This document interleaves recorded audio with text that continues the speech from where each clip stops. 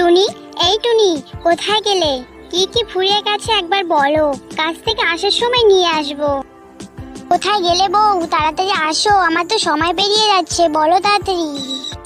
কই টুনি, কোথায় তুমি? আসবে তো তাড়াতাড়ি। টোনা তার বউকে ডাকতে থাকে। দাঁড়া টোনা, আমি এসে গেছি। চাল ডাল সব ফুরিয়ে গেছে, যা পারো নিয়ে আসো। ঘরে শুধু সামান্য পরিমাণ চাল রয়েছে। ঠিক আছে টুনি, আমি আসার সময় সব নিয়ে আসবো। এখন যাই। ঠিক আছে, যাও। টোনা তার কাজে চলে যায়। টুনি মনে মনে ভাবে তার এখনো অনেক কাজ পড়ে বাকি আছে, তার এভাবে থাকলে চলবে না। এবার যাই, তাড়াতাড়ি সব কাজগুলো সেরে নি। টুনি তার বাকি কাজগুলো সেরে নেয়। টোনা সারাদিন কাজ করার পর সন্ধ্যাবেলায় কাক ভাই, আমার কাজের কিছু পয়সা আমাকে দিলে খুব ভালো হয়। আমার বাড়িতে চাল ডাল কিচ্ছু নেই, আমাকে নিয়ে যেতে হবে। আজকে তো আমার কাছে টাকা নেই টোনা, আমি কাল বরং দিয়ে দিব তোমাকে। টোনা কিছু না বলে বাড়িতে চলে যায়।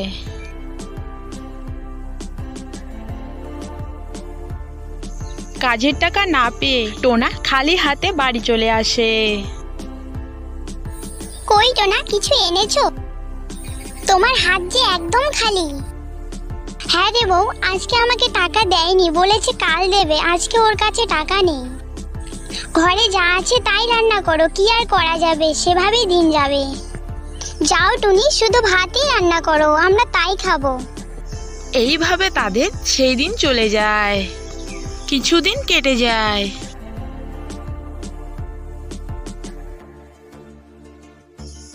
একদিন এক কবুতর একদানা খাদ্যের জন্য এ গ্রাম থেকে ও গ্রাম ঘুরে বেড়াচ্ছিল সবার দরজায়, কিন্তু কেউই একদানা খাদ্য দিতে রাজি হয়নি।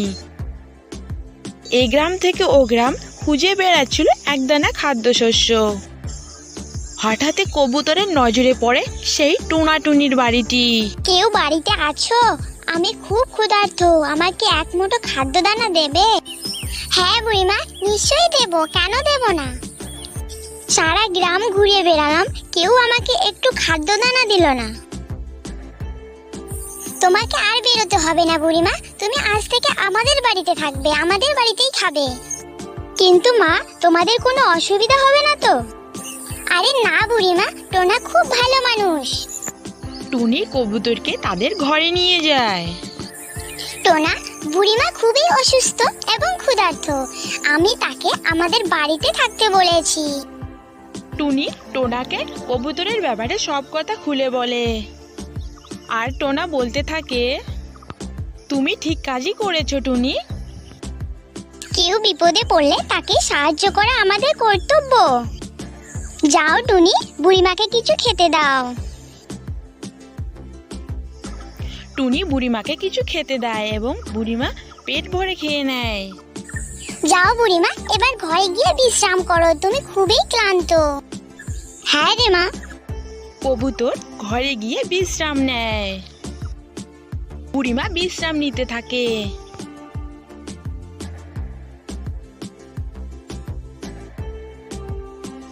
বুড়িমার শরীরটা হঠাৎ খুবই খারাপ হয়ে যায়।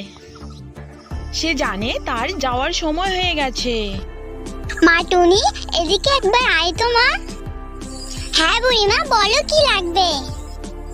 তোমার শরীর এখন কেমন আছে বুড়িমা? বলো বুড়িমা, কি দেব? কবুতর বলে, আমি কিছু চাইতে ডাকিনি রে মা, আমার বোধহয় যাওয়ার সময় হয়ে গেছে মা। যাওয়ার আগে আমি তোমাকে কিছু দিয়ে যেতে চাই। এভাবে বলবেন না বুড়িমা, তোমার কিচ্ছু হবে না। এই জঙ্গলের সবচেয়ে বড় জঙ্গলে আমার সেই কাঁঠাল বাড়ি রয়েছে, সেটা তুমি নিয়ে নিও, আর বটগাছ সেটার পথ দেখিয়ে দেবে। বুড়িমা আর কিছুই বলতে পারে না, কেননা সে মারা গেছে। টুনি টোনার কাছে গিয়ে সব কথা খুলে বলে। পরের দিন টোনা ও টুনি বেরিয়ে পড়ে সেই কাঁঠাল বাড়ি খুঁজতে।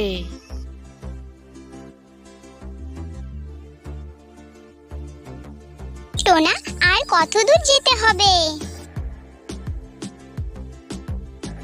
অবশেষে তারা সেই বট গাছের দেখা পায়। কাছে গিয়ে বলে, বটগাছ, তুমি নাকি বুড়িমার কাঁঠাল বাড়ির রাস্তা জানো?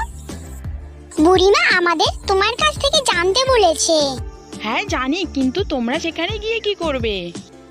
বুড়িমা মরার সময় সেটা আমাদের দিয়ে গেছেন, আর বলেছেন আপনার কাছ থেকে সেই বাড়ির রাস্তা খুঁজে নিতে।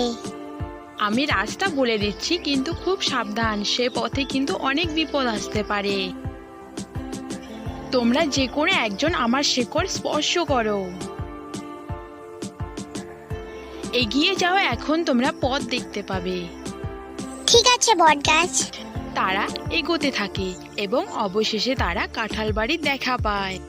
আরে বাহ, এই তো আমরা কাঁঠাল বাড়ির ঠিকানায় পৌঁছে গেছি। আর দেরি না করে তারা সেই বাড়িতে ঢুকে যায়। আরে এ আমি কি দেখছি, এ তো গোটা ঘর সেই সোনা দিয়ে ভরা।